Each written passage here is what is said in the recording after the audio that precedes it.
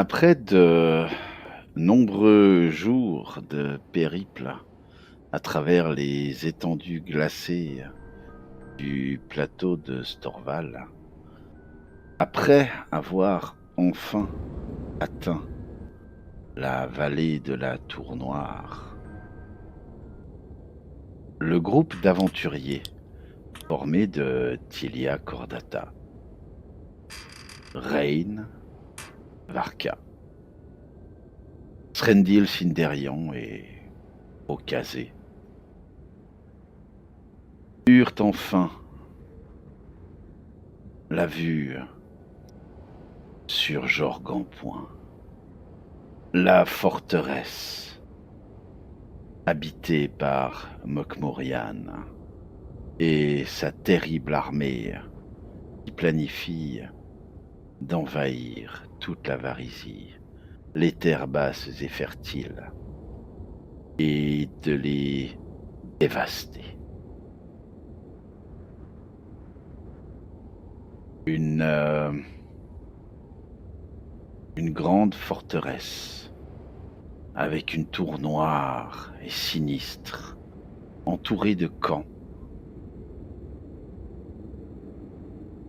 sur une falaise qui surplombe une rivière. À l'ouest de ces divers campements, une grande tour de garde qui semble faire plusieurs étages alors qu'on la regarde, alors qu'en fait elle n'en fait qu'un seul, mais d'une hauteur démentielle, probablement la hauteur des géants qui montent la garde.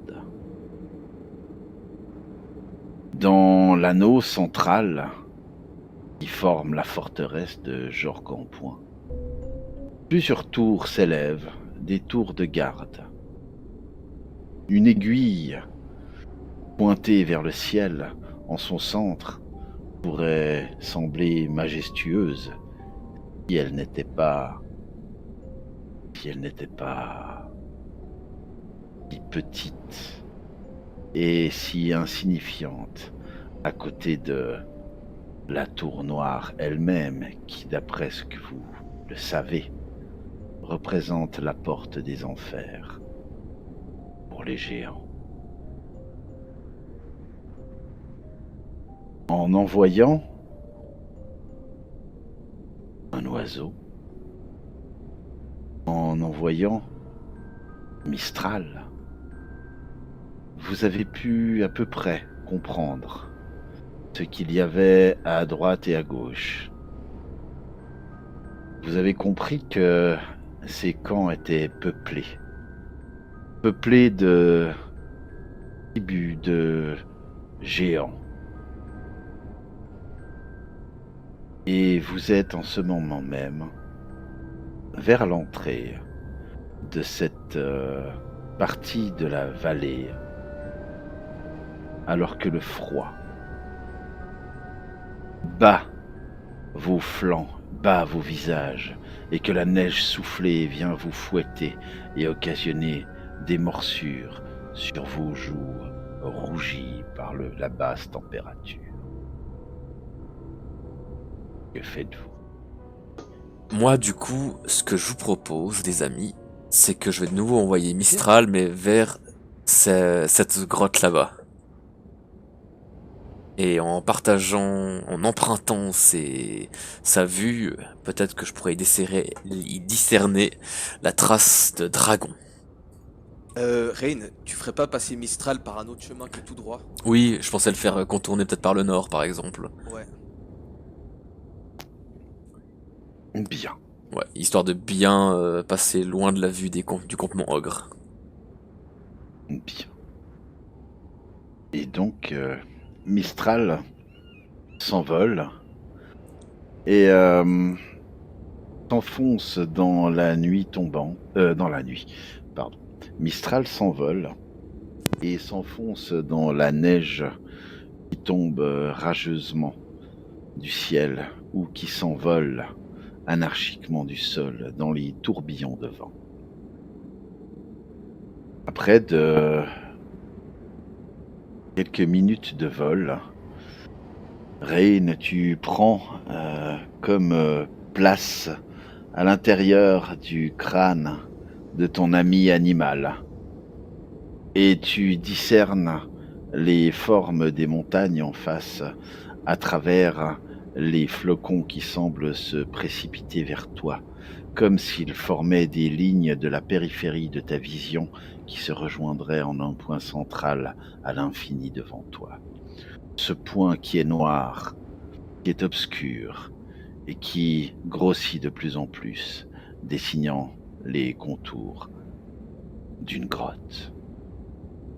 Alors que Mistral se rapproche de cette grotte, tu discernes ses dimensions, qui, sans être colossales, sont néanmoins assez grandes. Tu penses pouvoir estimer les dimensions de l'entrée de cette grotte à environ une quinzaine de mètres de diamètre. Ok. Alors, je vais me rapprocher en tant que Mistral. Et donc, en te rapprochant, tu discernes au fond de la caverne. Enfin, tu as l'impression qu'elle est assez profonde, elle est assez longue. Peut-être plus de 30 mètres, c'est certain. Plus de 40 mètres, probablement. Et à l'aide des sens affûtés de Mistral et de son habitude à localiser des proies avec précision, tu arrives à comprendre que la grotte fait en fait près de 60 mètres de profondeur. Oh. Après le premier tiers de la grotte, le sol commence à être d'une couleur un peu métallique, cuivrée. Quelques petites taches ça et là qui deviennent des taches de plus en plus nombreuses. Des taches de couleurs différentes, certaines non plus cuivrées mais argentées, d'autres dorées. Et au fur et à mesure que la grotte avance sous le corps frêle et léger de Mistral, ces petites taches de lumière brillante se font de plus en plus nombreuses. Et sur un tas de ces taches, le corps serpentin Yes. Yes. d'une créature ailée aux couleurs rouges, aux nombreuses blessures, est lové. Il est en partie somnolent. Et les sens de Mistral rappellent à ton esprit l'odeur âcre du soufre qui semble émaner des naseaux de longues dents. Parfait.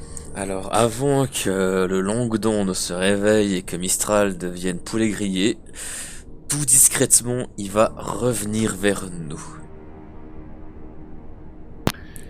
C'est ce qu'il fait. Et au bout d'un certain nombre de minutes, le voilà de retour, venant se poser sur ton bras que tu as tendu vers lui, avec ton gant de fauconnier. Exactement. Et je me tourne vers mes camarades. Nous avons trouvé Languedon. Il est bien dans cette caverne.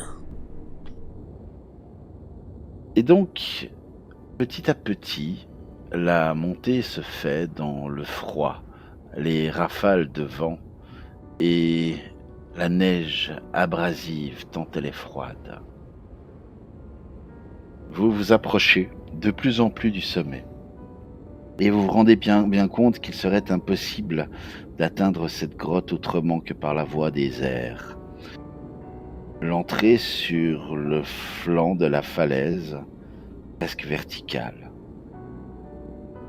Vous remarquez qu'au sol que vous avez quitté et sur quelques éperons rocheux, saillants çà et là de la montagne, des squelettes brisés de douzaines d'animaux, de vouivres et même de quelques rocs qui sont des aigles géants, jonche le sol et le relief, loin au-dessous de l'entrée de la grotte.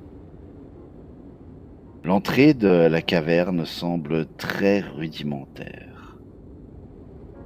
Et grâce à votre vue, à chacun, qui permet de percer l'obscurité, vous discernez au fond de la 60aine de mètres de profondeur que fait cette grotte que les derniers mètres, ou quasiment tous les derniers mètres, pour ne pas dire presque toute la grotte, est jonchée de milliers et de milliers de pièces, de cuivre principalement, mais aussi un peu d'argent et d'or. Il vous semble que, effectivement, au fond de la grotte, levé sur lui-même, dans un demi-sommeil probablement, Longue-Dent est là. L'odeur caractéristique du soufre vous prend à la gorge.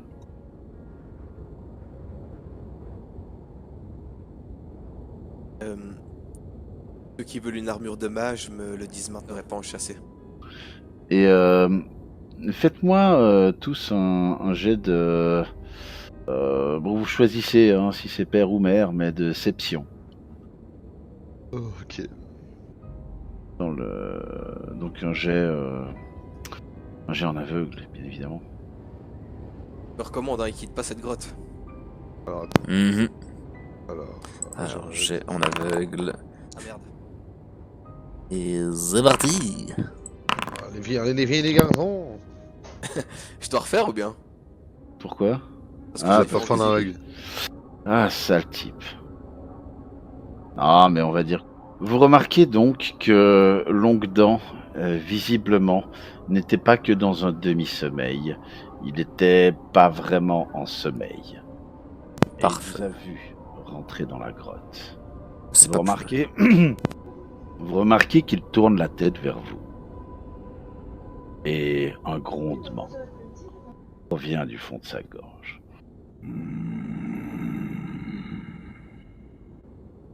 Je vais m'avancer un peu plus que mes petits camarades Mhm. et je vais lui dire: Oh, vénérable Longue-Dent, nous ne venons pas chercher la guerre. Toi. Approche. Je me retourne vers mes camarades et je leur fais un hochement de tête comme pour dire vous en faites pas, ça va aller. Je le regarde et je laisse mes bras le long de mon corps. Ils comprennent que je suis pas en mode défensif ni agressif. Mhm. Et j'avance. Tu veux pas t'attacher les mains aussi et te mettre à torse nu? Non, je suis pas le genre de la maison. Putain, fais Je chier. garde, j'ai toujours mon espadon sur le dos, hein, mais je l'ai pas au clair. Parce que de dire je viens négocier avec un espadon sorti, ça peut être mal interprété. Oh bon. Bien. Et tu vois que... Pardon, tu as un petit peu de peine à avancer parce que le sol te semble comme se dérober sous tes pieds. C'est difficile de marcher sur des milliers de pièces de monnaie. Et il se dresse, enfin il se dresse pas en position d'attaque ou en position debout, mais il se dresse sur ses pattes quelque peu, allonge son cou et vient te regarder de près, et son museau touche presque ton visage. L'odeur âcre du soufre, la chaleur des entrailles de cette bête est presque douloureuse sur ton visage gelé par les jours et les jours. Le contraste est frappant. Et son regard iridescent de lave et de feu se plonge dans tes yeux.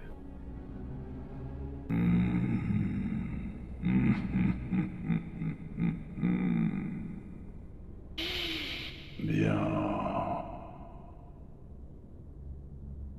Que les autres restent en arrière.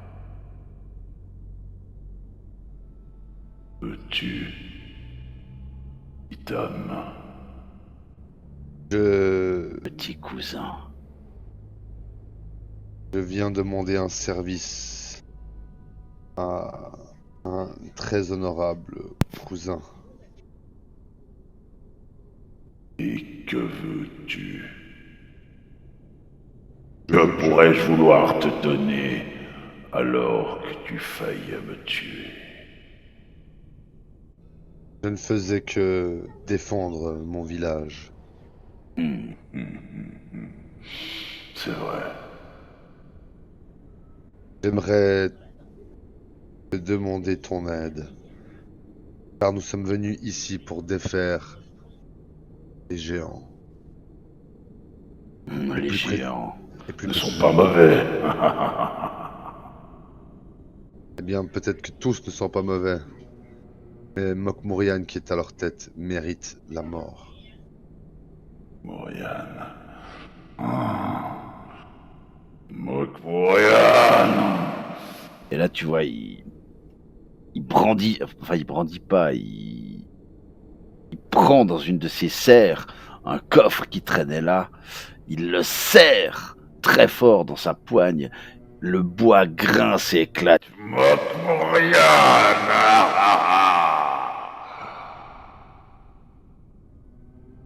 Comment veux-tu le défaire? Eh bien, j'espérais que tu puisses peut-être m'en dire plus. Pourquoi pas m'aider? On dit Ça- que on connaît son adversaire en se battant avec. Tu t'es battu avec moi. Tu connais mes intentions. Et de quoi je suis capable. Et tu comprends bien que si je me tiens maintenant debout, dressé devant toi, que je n'ai pas peur. Parce que je sais que je suis capable de le défaire. Des trésors, vous allez en trouver. Oui, de nombreux trésors.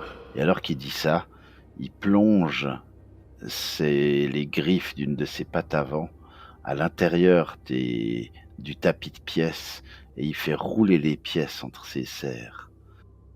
Des trésors. Oui, vous allez trouver des trésors. J'en veux une part contre mes renseignements. L'or Donne-lui ne tout, m'intéresse. Srendil. Je dis exactement. L'or ne m'intéresse guère. Je suis là pour la justice. Tout ce que nous ramasserons dans cette forteresse. Oh, longue, très longue dent. Reviendra de droit. Tu veux me donner toutes les richesses de Jorg en point? Il n'y a que cela pour te combler. Alors, est-ce que je te veux? Je fais un petit coup de coude à Srendil. Est-ce qu'on, s'il y a un parchemin ou un truc comme ça, est-ce qu'on peut quand même garder quelques trucs qui pourraient nous être utiles, ou genre un artefact tassilonien? Enfin, 2400 pièces d'or! je murmure juste ça, genre il y a peut-être des trucs de valeur qui seraient intéressants de garder. Je négocie avec la bébête. L'or est à toi. Tout l'or de Jorgon-Point. Je compte par contre garder quelques babioles si des objets magiques, voire tassiloniens, se présentaient à moi. Je pense que c'est un marché honnête. Pas.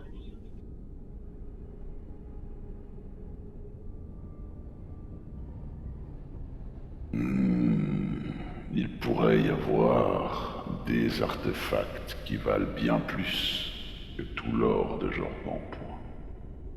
Je veux une part égale au vôtre en valeur de enseignement. Très bien. Je pense que nous n'avons pas vraiment le choix. Mais est-ce qu'au-delà des renseignements, nous fourniras-tu également un aide physique? Dans ce cas, je veux 2 parts de butin. Je me retourne vers mes Regarde camarades. l'état dans lequel vous m'avez mis. Et les harpies ne veulent pas me soigner. J'ai ici quelqu'un qui pourrait peut-être te soigner. Tu ne comprends pas. Elles ne veulent pas me soigner. C'est parce que Mokmurian leur a interdit. Parce que vous avez fait de moi un paria. En me faisant échouer dans cette attaque qui m'avait été confiée. Oui, je grand Longdon. vais demander à Tilia de s'avancer. Je vais tendre la main en arrière, puis je vais dire Tilia. Je Et- m'avance. Prends la main à Tilia, je la mets à côté de moi, et je lui dis tu as ici à côté de toi une prêtresse de Sarenrae, qui j'en suis sûr, regarde à Tilia, sera prête à t'aider et à te soigner. Elle est la plus douée que je connaisse. Faites-moi quand même tous deux un jet de sauvegarde de volonté, s'il vous plaît, dans la tour. Enfin, pardon, un jet en aveugle. L'habitude de cicatriser, mais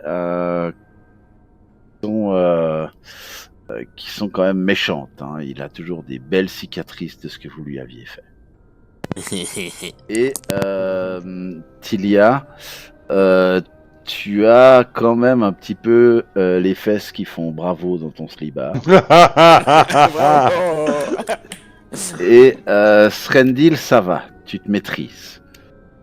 Mais Tilia, tu as l'habitude de te sentir petite, mais tu n'avais pas particulièrement l'habitude de te sentir apéricube.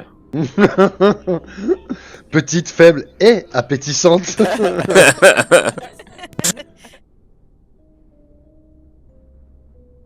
Du coup, moi, de loin, je fais. Je hoche imperceptiblement la tête, genre oui, oui, avec les yeux écarquillés, et je suis dans l'incapacité physique de fermer les paupières et de le quitter des yeux, au cas où. Je pose ma main délicatement sur l'épaule à Tilia, pour lui faire comprendre que je suis là pour elle. Et tu vois que son cou gigantesque s'étend et sa tête vient non pas à la rencontre de ton visage, mais par au-dessus, tu sais, comme s'il sentait ta peur de te sentir toute petite et qu'il voulait encore l'amplifier en en te faisant le regarder, en penchant la tête encore plus vers le haut, tu vois. Et il fait Ne t'inquiète pas, petite fleur de l'aube, que la lumière salutaire du soleil chasse l'obscurité qui est en toi. Oui, je sens la puissance ancienne qui est en toi. Et tu crois pouvoir me soigner.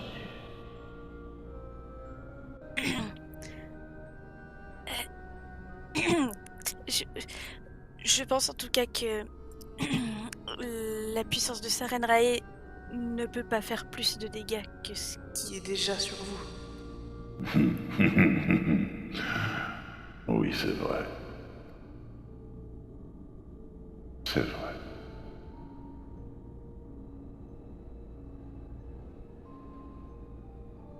Eh bien, qu'attends-tu?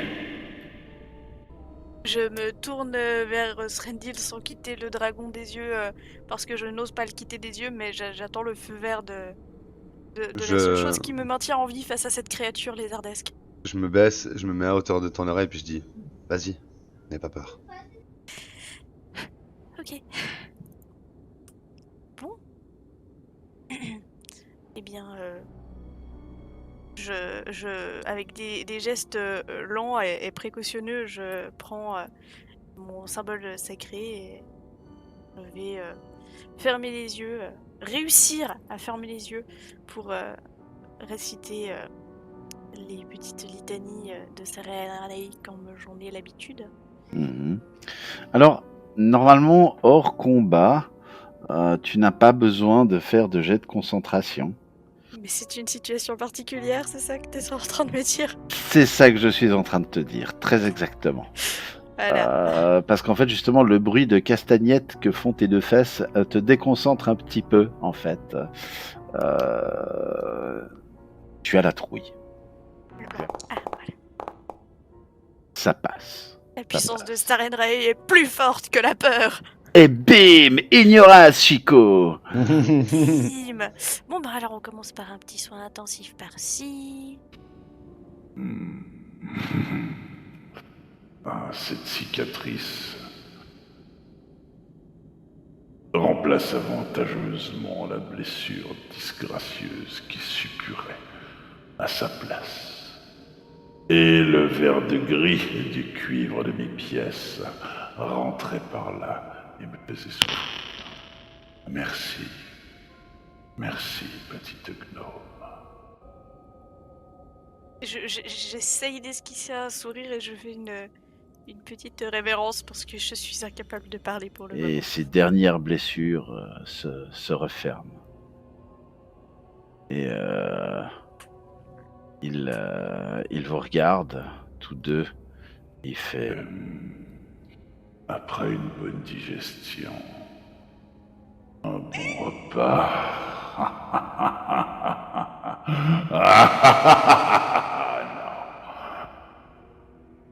Non, je ne ferai pas ça. Ce n'est pas l'envie qui me ment. Bien. Que voulez-vous savoir?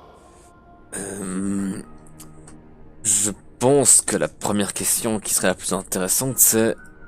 Savez-vous où se trouve Mokmurian? Oui, bien sûr. Il se trouve sous Jorgampoint. Et comment est-ce qu'on accède à sous Jorgampoint? Eh bien, il y a plusieurs possibilités. Il y a la voie de la folie. Et il y a la voie de la sournoiserie. Ah, j'aime bien cette deuxième possibilité, non? Par où mène cette voie? Eh bien... simple. La rivière. Il y a des grottes. Et par l'entremise d'une de ces grottes, vous pouvez accéder au souterrain en sous Jorgampoint. Ça, c'est très très bien. Est-ce qu'on va trouver là-bas dessous? Je ne connais pas l'étage inférieur. Je n'y ai jamais mis les ailes. Après ce que vous connaissez de Mokmurian, qu'est-ce qu'on pourrait y trouver?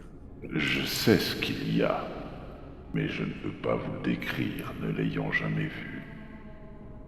Il y a, sous Jorgampoint, des ruines.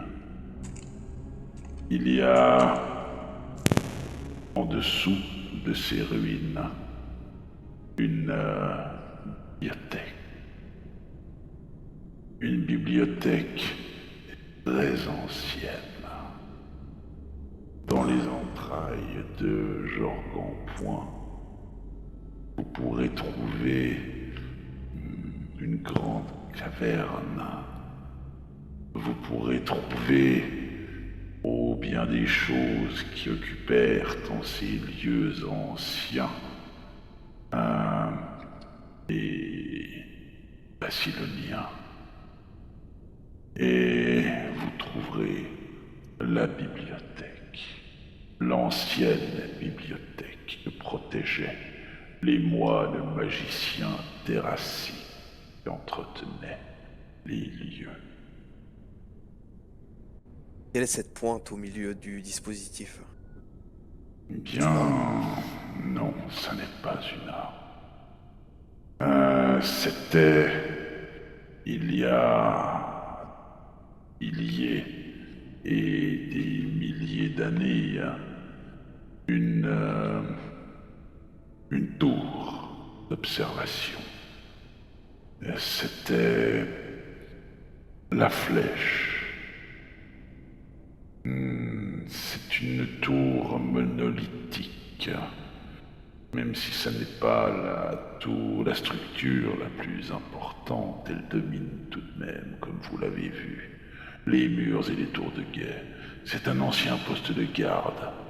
Mais aujourd'hui, il est devenu le nichoir favori de 2 rocs partiellement apprivoisés.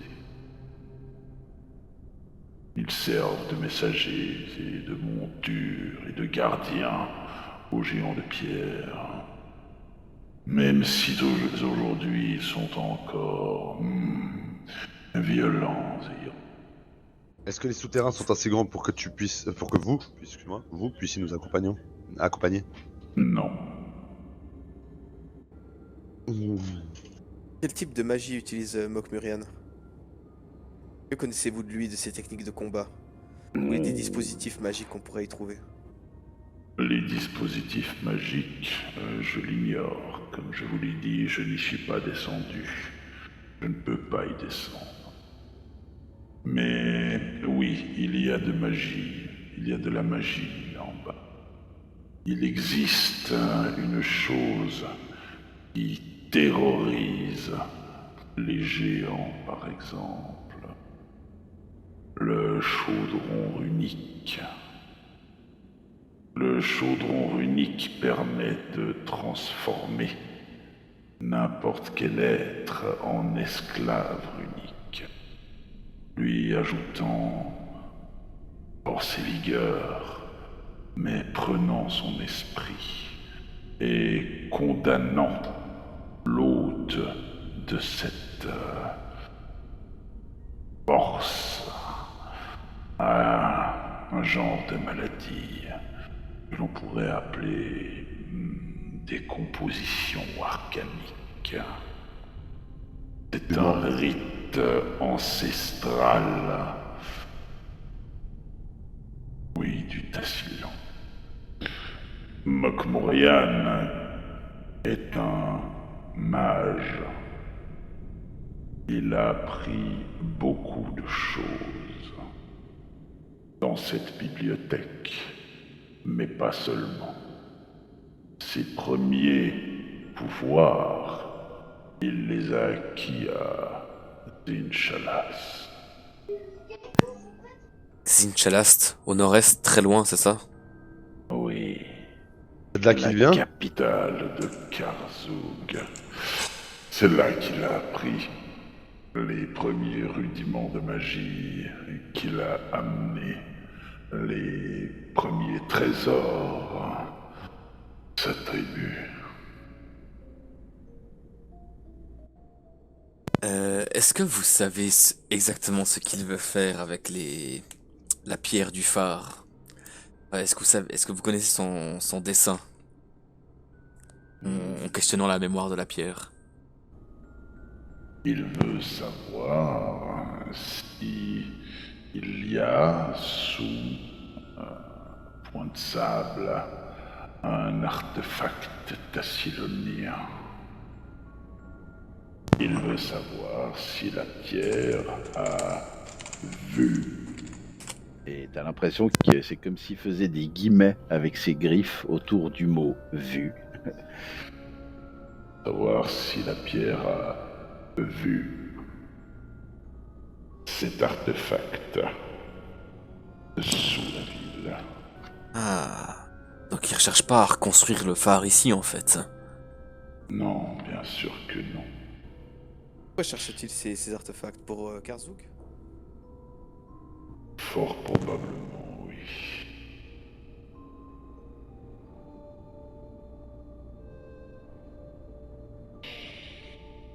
Quand Mokmurian est parti en direction de Zinchalast abandonné ou furieux,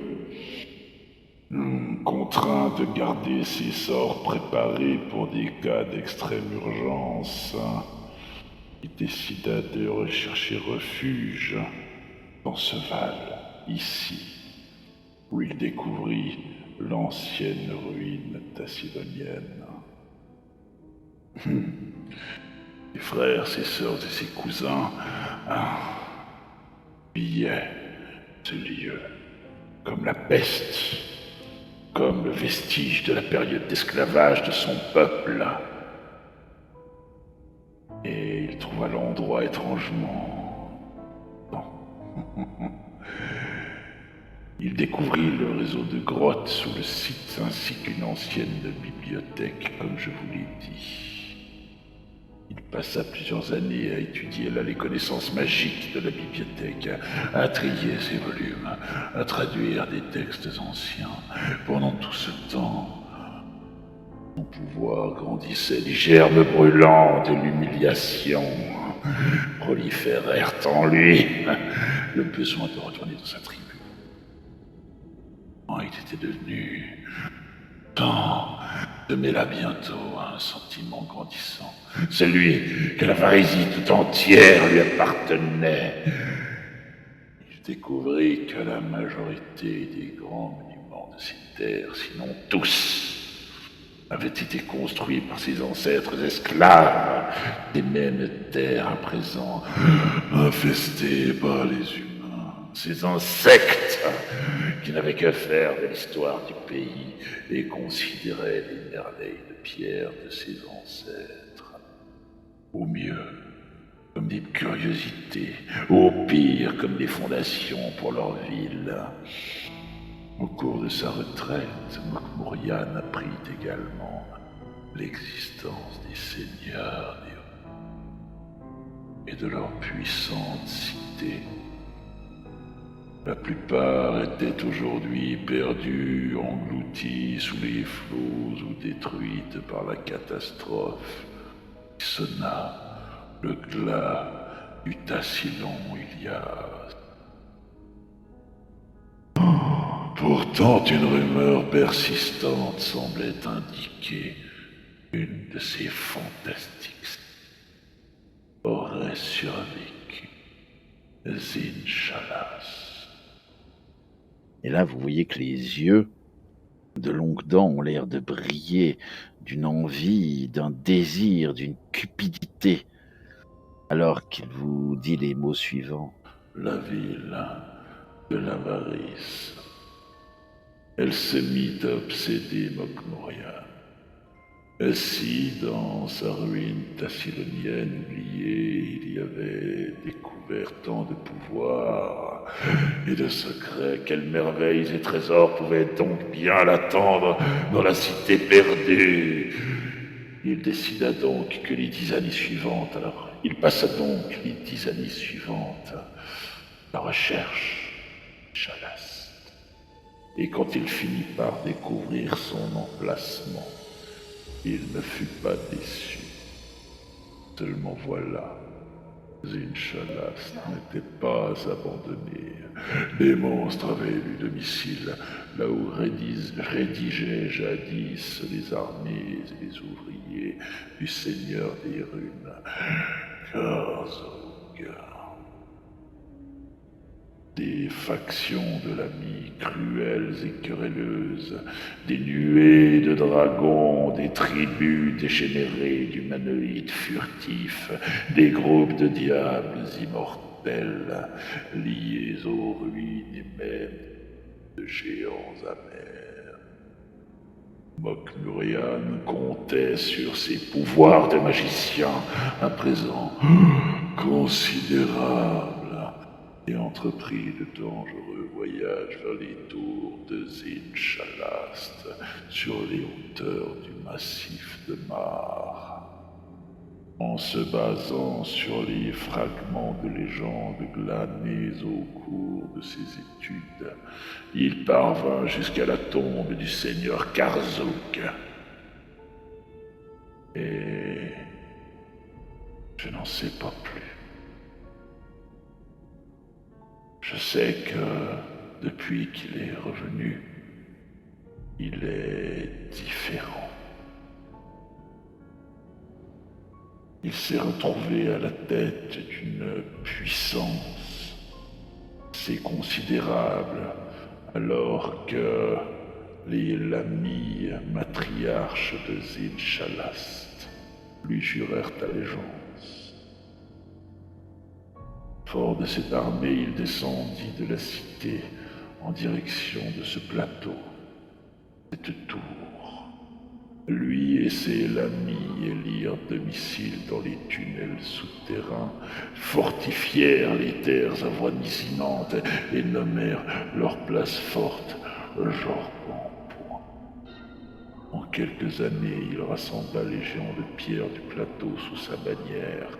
Il annonça qu'il fallait reconquérir les terres des ancêtres et réclamer les trésors volés du Tassilan.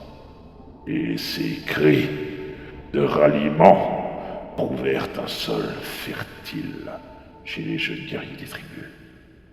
Les anciens s'opposèrent aux appels hérétiques d'Okmorian, mais ils étaient trop lents et trop embourbés dans les traditions pour réagir assez vite et enrayer le recrutement. Avant qu'ils ne comprennent toute l'ampleur du projet de Mokmorian, les tribus avaient abandonné leurs traditions, préférant les sirènes de la gloire et de la richesse.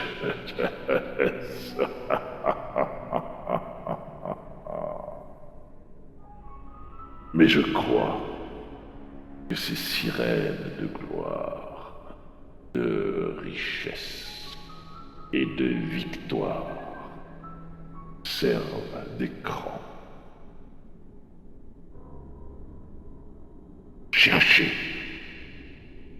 encore et toujours cet artefact qui se trouve sous une des villes de Varisie.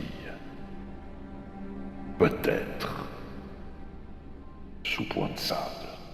C'est ce que nous cherchions lorsque vous et moi sommes affrontés.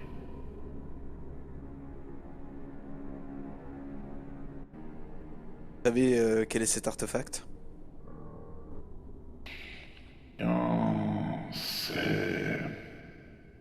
C'est quelque chose qui s'appelle... Ah bien son nom. Cela pourrait être...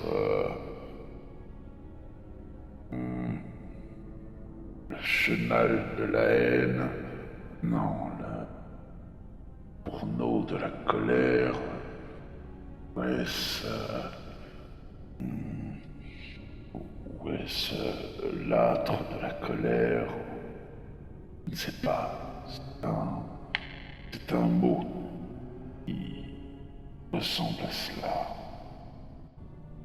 Pas le puits de la colère ou quelque chose comme ça? Oui, c'est possible, oui. Le puits de la colère. Rappelez exactement de ce que c'est à Point de Sable en fait. Ouais. Oui, je crois. Vous avez ri?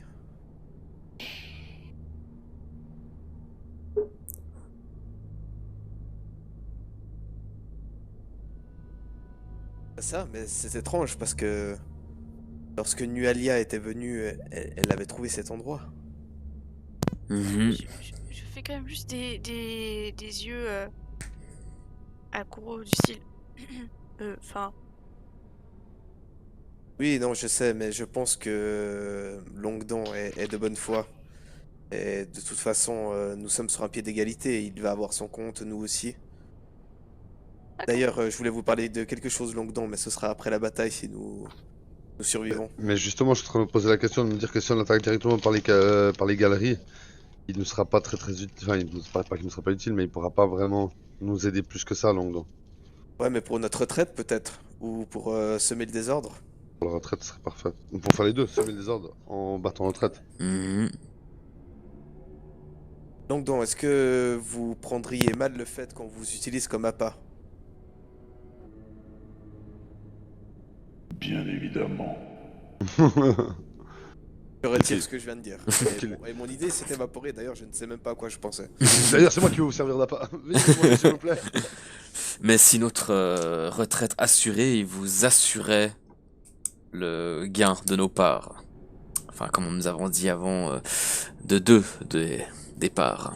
Après, si on défait Mokmurian, vu qu'il tient les jeunes géants par son charisme, certainement, ouais, bah, la façon dont il a rallié tout le monde. Si on tue, putain, il y a trop de noms ce soir. Mokmurian, il y a de fortes chances que on arrive à désolidariser les tribus de géants et qu'on puisse reprendre Jorgon Point. Donc, que toutes les richesses que vous convoitez vous soient accordées. Je veux dire, si on tranche la tête du géant et qu'on l'affiche, c'est sûr que on avait vu que les géants réagiraient certainement comme des ogres. C'est-à-dire qu'ils se désolidariseraient certainement, effectivement. Qu'en pensez-vous, Longan? Cela semble évident qu'en effet, ces troupes de géants et d'ogres se disperseront lorsqu'il sera mort.